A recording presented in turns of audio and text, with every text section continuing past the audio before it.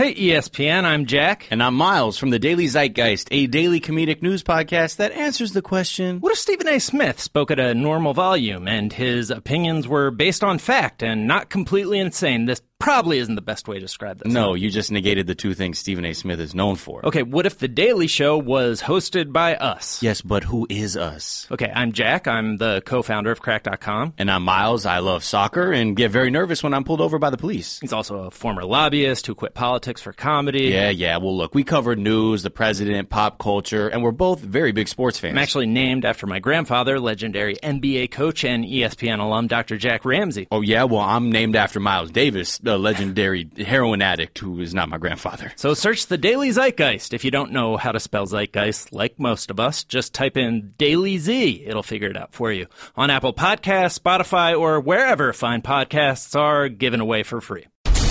And now, Jalen and Jacoby on ESPN Radio. When I pop the trunk, head to death. Y'all pop the trunk, I pop the hood. Now act stupid, I'll pop the trunk. Now give me your boom.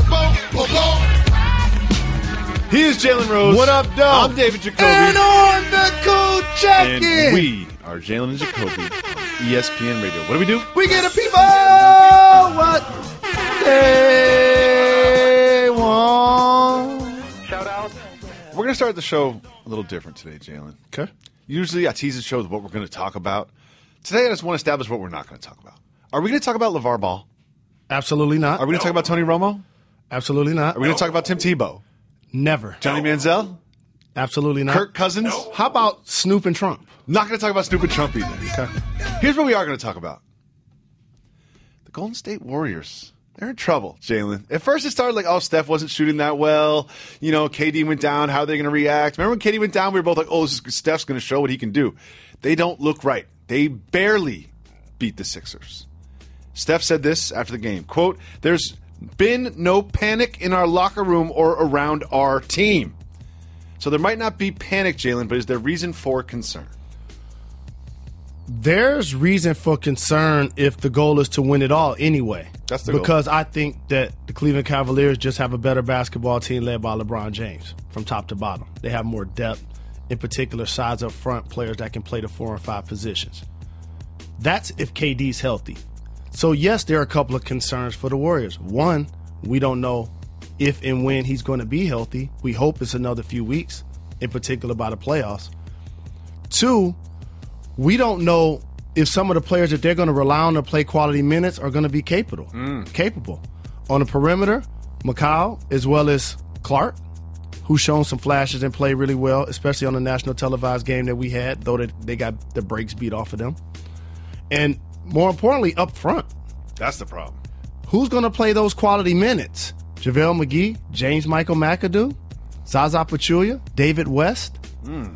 So when you're trying to get out of the Western Conference, there are other teams now that have a puncher's chance to upset the apple cart if KD isn't 100%. Absolutely. And when KD goes down, everybody talks about offense. Everybody always talks about offense, but I think what we're seeing now is just how much KD did on defense for this Warriors team, because they had a lot of trouble protecting the rim and just around the rim against the Sixers. But what you can do on a nightly basis in the league, usually when you watch teams play, either the 4 or the 5 is not a threat offensively.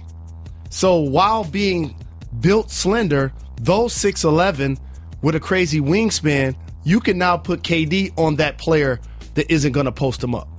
This is why Memphis has had the Warriors' way, because they play a ground and pound style, and they're going to post up whoever they have at that position. The other thing they're going to miss from KD, he was their leading scorer. What team loses their leading scorer and doesn't suffer? He also led the team or amongst the league leaders in blocks.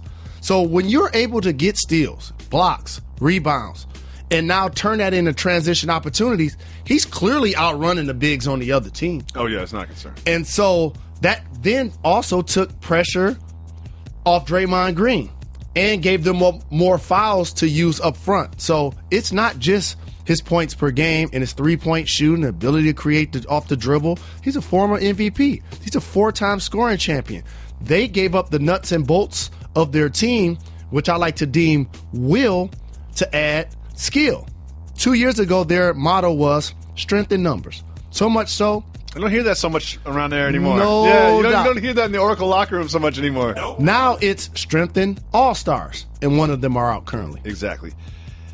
I don't think there's too much reason for concern from the Warriors, but there is something concerning for the Warriors that was just released today. Now, me and you have been talking over the last couple days, and something that we've been talking a lot about off wax is LaMarcus Aldridge and what he brings to the Spurs. He had a minor heart condition, and he's also had a heart condition earlier in his career. And we were both talking, saying, if this is it, if LaMarcus Aldridge is no longer available to the Spurs for the rest of this season, then the Spurs season is pretty much over. However, LaMarcus is now available to play basketball. And I'm happy to hear that. We don't want the final conclusion of the season to ultimately be decided by injury to a major player. No. And also, for a Spurs team that tends to get overlooked, though they have multiple championships, have won 50-plus games over the last 2 decades, look no further than last year when the Warriors won 73 games. The Spurs won 68. Mm-hmm. And now when you look down at the stands and they're neck and neck for the number 1 seed with another game remaining in San Antonio, now you get the news that LaMarcus Aldridge is going to be able to compete. And we just talked about how the Warriors have been struggling based on what they've been able to accomplish over the last few years. If you're the Spurs, you got to be confident that you're going to get pole position for that number 1 spot down the stretch. And it could mean a lot if it comes down to a Game 7 between the Spurs and the Warriors. Yep. Hopefully it comes down to a Game 7 between the Western Conference champion and the Cleveland Cavaliers, who will be coming out of the East. But they're going to add, I should say, Kevin Love on the next road trip. What does this mean for them and the timing of his return? He's their best forward, the most complete guy that can shoot threes, get you 10-plus boards, get you some points on the block, is a really good passer. He now truly solidifies the depth. You have a front court of LeBron James, Kevin Love, and Tristan Thompson. And then you coming off the bench, you now have Channing Frye, who's a knockdown three-point shooter. Kyle Korver can play 3-4 depending on how you lose LeBron. So now they have multiple people that give you flexibility along with Richard Jefferson. I don't see Sanders being the kind of player that's going to play meaningful minutes. No. He is going to be somebody, however, if somebody gets injured, may have an opportunity to participate. You don't see Sanders playing meaningful minutes. A lot of time on the bench. He's going to warm himself up in the D League. At what point, like in how many days from now, does Larry Sanders finally say, you know what? Screw this, I'm getting high. I was going to go there too. I knew you were. I hope that the random testing period has ended. I hope so too. So now he can kind of skate the rest of the year. I would deem that there's probably at least one more person on his team that actually participates in medicinal he's fiending, scenarios. You know he had to quit like 45 days ago too. He's fiending. You're going to know who's the person that also participates because this is what's going to happen. Larry Sanders' best friend on the team. Yeah, you can see Snapchats, the two of them in the car driving around. The next Instagram live of them eating McDonald's McNuggets 1 in the morning. You'll know. What you see from the former Arizona Wildcats, Channing Frye and Richard Jefferson, you're going to see with the medicinal partner that Larry Sanders has that currently plays on the Cavs roster. The Cavaliers red man is right looking away. for the Cavaliers met the there man right go. now. We're going to play a very simple game. I tell you a move that somebody made. Mm-hmm. You tell me whether it's a soft move or a boss move. Whether it's a chess move or a Connect 4 move. Don't disrespect Connect 4 in front of me ever again. Carmelo, after the game, wore this outfit that consisted of a lot of fur. He had the Russian hat on. He was ready, looked like he was ready to race the Iditarod. Soft move or boss move? He's in New York City. It's wintertime. He's a multi-millionaire, and he's not being watched by the police for illicit or illegal activities. It looks like Frank Lucas, but he is a New York Knickerbocker. Boss move. See, I disagree. What? Here's my thing. I know Carmelo's life a little bit. Where does he go? He goes in the bowels of Madison Square Garden to a player garage, so he never goes outside, gets into his car, drives that into his garage, never goes outside, goes right into his house. I think it's overdressed. It's one thing if you have to walk the streets. He's not walking home from Madison Square Garden in the blizzard. You just missed the whole point. He was already on camera. You're on camera pregame and postgame. That's why you wear the outfit. When somebody's dressed up to go to the Oscars or the Grammys, they're leaving their hotel room, they're leaving their house, they're leaving anywhere, and they go straight where? To the red carpet. And then they possibly go to an after party or whatever. But he's already been seen with the outfit on. He don't have to go to the finest restaurants and chase the town just because he wore the jacket that night. Soft move. Michael Jordan painted his private plane in elephant print. Soft move or boss move? I got to ask you 3 distinct words. Okay, that's odd to ask me a word. Did you say his private plane? Yes. Boss move. I'm going the other way. What? If you have a private plane and you are Michael Jordan, you're recognizable, okay? We know who you are. Don't you feel that... Here's what you always do. Do you believe that real G's move in silence? Yes. Okay. When his plane lands, anyone that lays an eye on that plane knows that's Michael Jordan's plane. Everywhere he goes, people know exactly where Michael Jordan is. It's basically him saying, this is Michael Jordan landing at your airport. Everybody look at me. I'm Michael Jordan. He's not landing at the airport. He's landing at the Clearport. I don't know anything about that. Soft move. Having Klay Thompson sign your toaster. Soft move or boss move?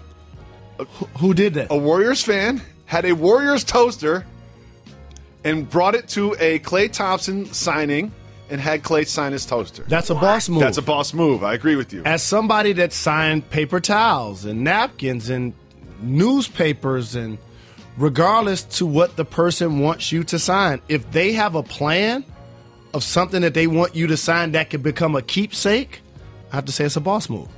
Toaster oven or toaster kind of guy, Jalen? Toaster. Toaster. According to his brother John. I ain't putting no oven in the toast. I ain't putting no toast in the oven. That just take too long. The toaster oven. Are you familiar with a toaster oven? Sure I am. Okay. How long does that take? It's brief. According to his brother John, Jim Harbaugh was playing a game of family basketball. Young children involved, women involved. Jim Harbaugh was down 5-1 in a game to 7. Proceeded to play bully ball and hero ball, pushing people out of the way, boxing people out 10 feet from the basket, overdoing it to get the win at 7-6. Pushing your family around to win a game of basketball, soft move or boss move?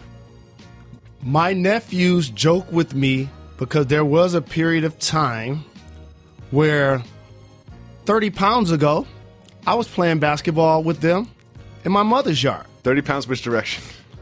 The wrong direction. Okay, in my butt and my stomach. The kangaroo, Jalen. And during that period of time, I was playing basketball with some family members.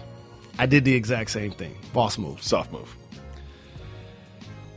Girlfriend throws you an over-the-top birthday party, complete with flowers, gold balloons, gold Kit Kat bars. We're getting this from TMZ Sports. Of course, I'm talking about the Khloe Kardashian coordinated birthday party for her man, Cleveland Cavalier Tristan Thompson. Having an over-the-top birthday party thrown for you. Soft move or boss move? Did you say girlfriend? Yes. Did you say gifts? I didn't see any gifts, but I'm sure there were gifts involved. Boss move. Anytime your significant other is taking their time and energy to make you feel special, that's love. I wanted to disagree with you until you said that unassailable comment. I don't want to get in trouble with my wife. Boss move. But still, run! Jalen Rose, you have a long history with this particular running back. It's a checkered history. You two have had a very troubled past. It was very rocky, very emotional. There was ups and there was downs, not just in his weight. Of course, I'm talking about Eddie Lacy, who just signed with the Seattle Seahawks. Oh, yeah, the guy I took as my first round pick 2 years ago in fantasy. I spent an entire 8 months just listening to you complain about fat Eddie Lacy. I saw my better half, Molly, give him a term today on First Take that I want to run with. What's that? Because this will be the only time, like when I take your material, that I actually credit the person Well, before I use it. Molly. You have to credit Molly. She actually called him, since he signed with Seattle, feast mode. A feast mode!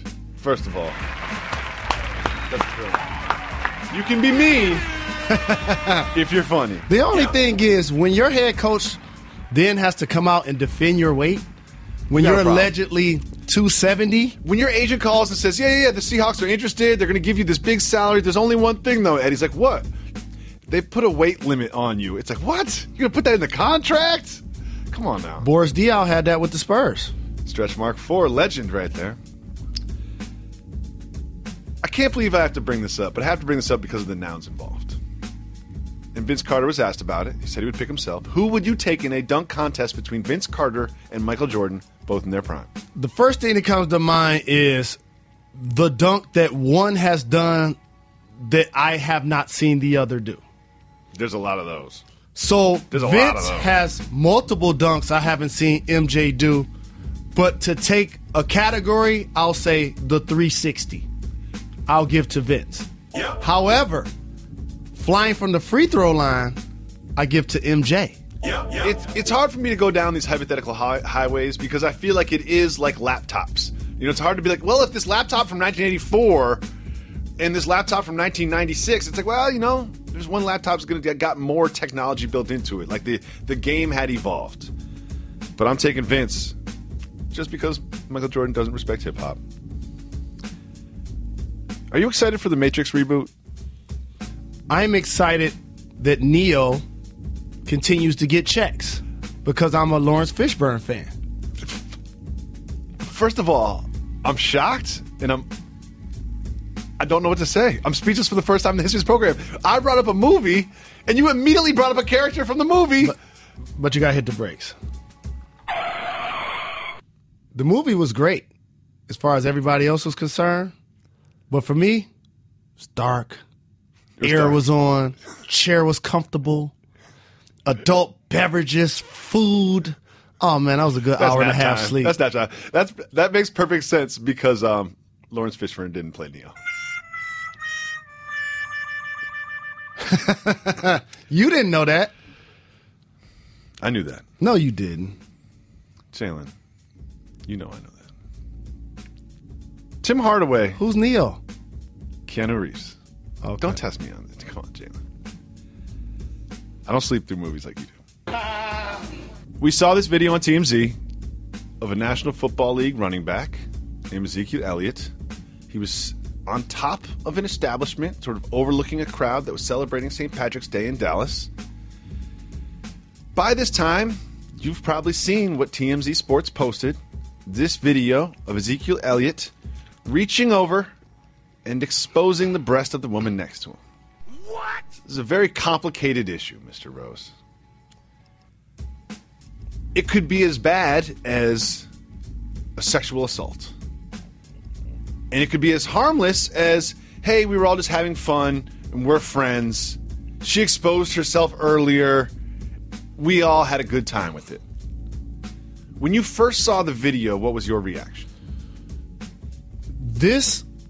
For this program, let's make this the first topic that's actually one behind the curtain simultaneously with Don't Get Fired.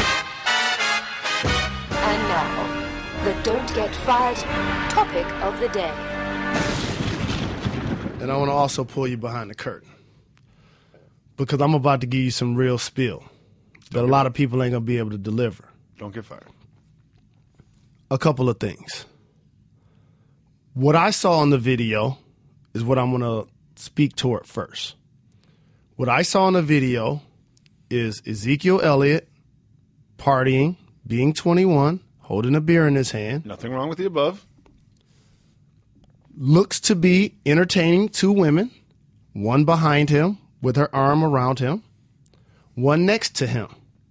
They're all enjoying the moment. Mm-hmm. The woman next to him on his right looks out, and it seems like somebody is asking her to flash. Seems that way. Safe She's assumption. looking, she's pointing, She gestures at her chest. she gestures. Her and Ezekiel look back and forth at one another. Then he does the habitual line stepper move, and he exposes her breast for her. Mm-hmm. She immediately pulls her shirt back up. Later on in the video, she can also be seen fondling herself, but not necessarily showing her breasts towards the same visual medium, that same camera. Now, let me break down the definition of really what took place there. First step. She's not the first person to flash. No. We've heard this. We've seen this take place, whether it's concerts, shows, or Girls Gone Wild, that has made a multi-million-dollar conglomerate off of that. There is no literal surprise there. As a matter of fact, there were people flashing this year as they were going to vote for a certain presidential candidate. So it does happen. But this is what I'll say to women. Respect yourself. Because here's why. If he's going to treat you like that, and you're still going to leave with him, which they did and had a terrific day because she wasn't unhappy about what transpired. If he's going to do that to you in public or in private, because just like it's not cool for him to do it in the stage that he did it, it wouldn't have been cool if they were at somebody's house at a Super Bowl party. No. So I'm not going to act like it's cool publicly or privately. But for women, what I ask is respect yourself. Because if he's going to treat you like that, you'll never be wifey. You'll always be a jump off. That's one. 2, Ezekiel, you don't get a pass for being 21. You know, whether you're 12 years old in 5th grade or his age, that you don't take your hand and pull down a lady's shirt and expose her breasts. Even beyond that, you just know a simple rule is treat other people the way you want to be treated. Do you think that he wants her to grab his shorts and expose him? How would he react? And so we're not going to use age. We're not going to use if they were impaired as reasons. Those are called excuses. That's number 2. 3, this is where it gets more tricky. So I hope everybody's ready for this. As an athlete, as a public figure, as someone with status and has options to who they want to date or who they want to have intimacies with, you at some point have to draw a line. And as an athlete, here's that line. You can't be sleeping with your groupies and your fans. It's one thing for people to recognize you. It's another thing for people to know who you are. It's another thing for them to be a fan. It's way different. So why should athletes not sleep with fans? Because something tells me that out there in the world there are some athletes sleeping with fans. Correct. Here's why you don't sleep with fans.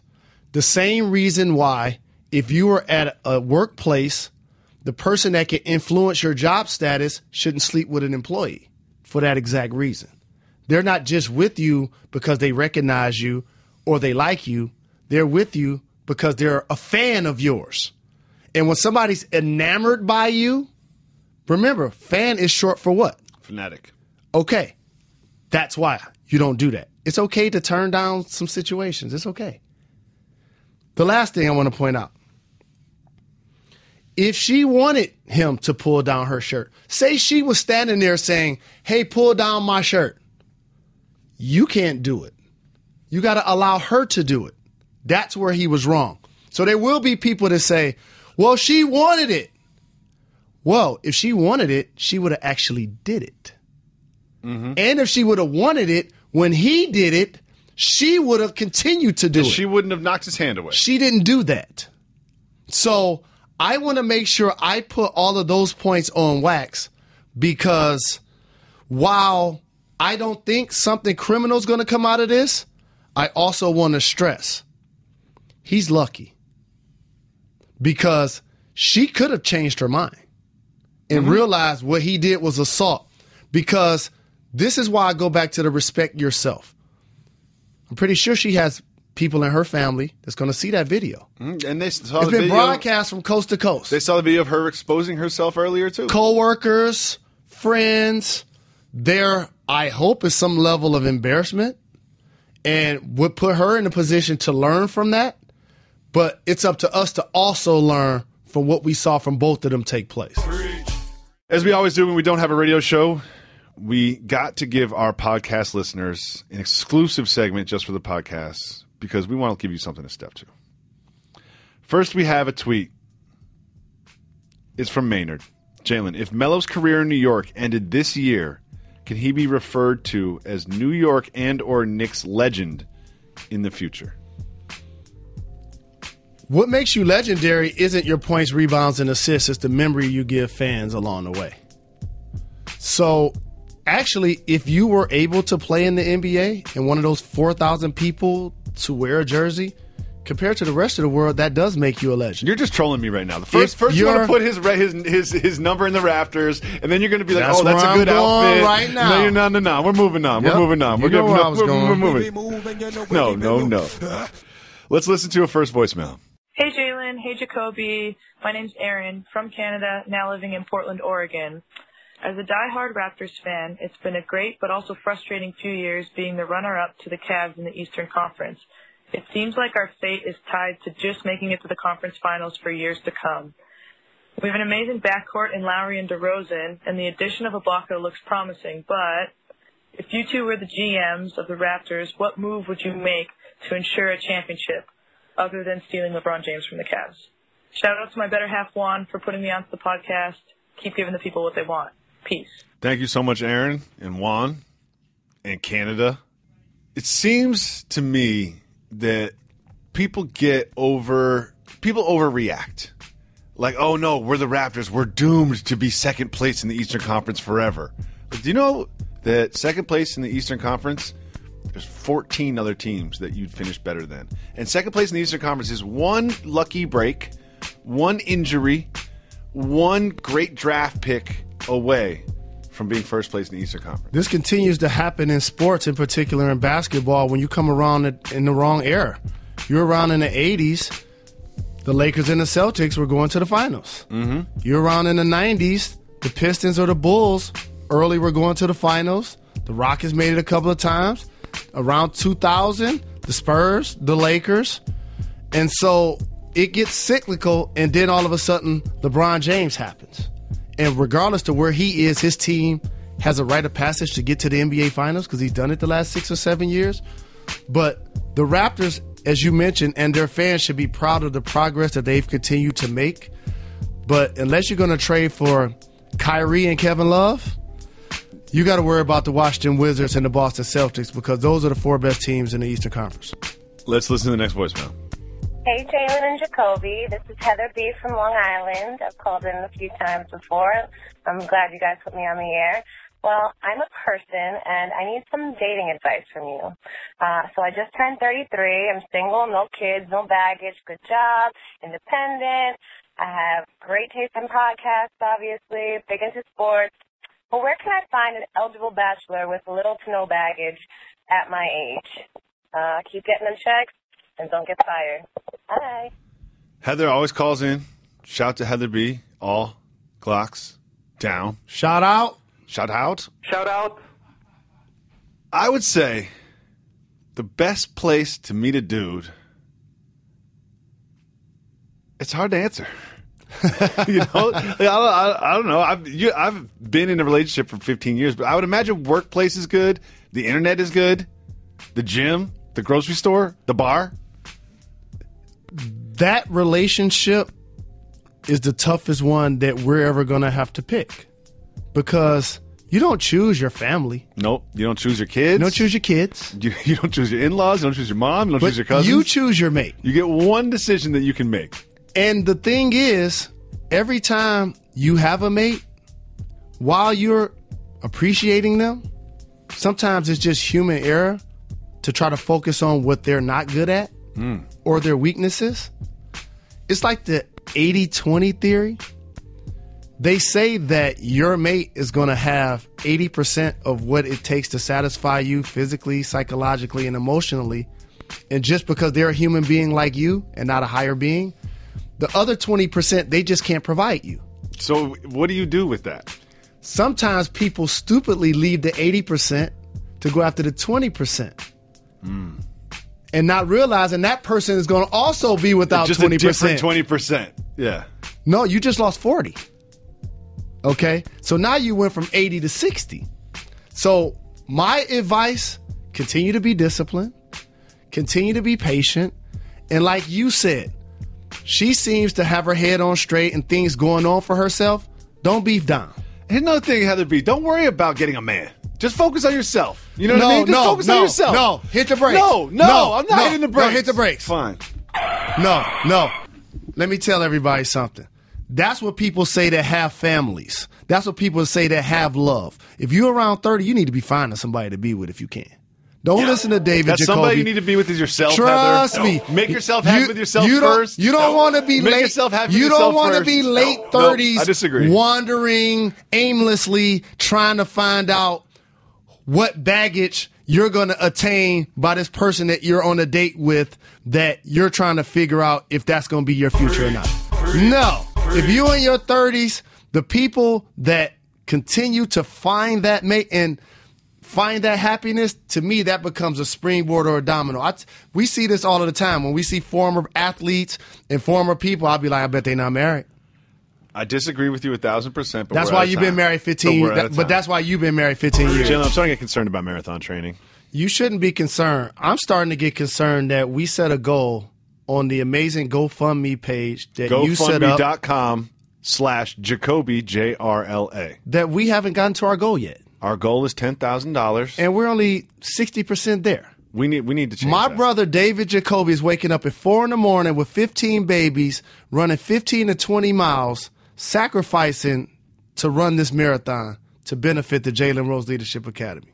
Not only am I doing it to benefit the Jalen Rose Leadership Academy, I'm doing it to get out the house. It's a really good excuse to get out of the house, stay away from those children in the morning. I got trained for this marathon, Joey. Well, we appreciate you, whether it's bringing home the goods in Family Feud, whether it's coming to our golf outing, rocking our sweaters and our gear and our jacket. Always. You and your wife, Joey, are amazing supporters of JRLA. We're going to make sure we do what we can to support you running your marathon. And you also can be a supporter of JRLA if you go to GoFundMe.com/Jacoby, JACOBY, JRLA. Yep. That's all the time we have for today. Thank you so much for listening on ESPN Radio, for watching on ESPN 2 and ESPN News, and subscribing to the Jalen and Jacoby podcast. You're far too kind.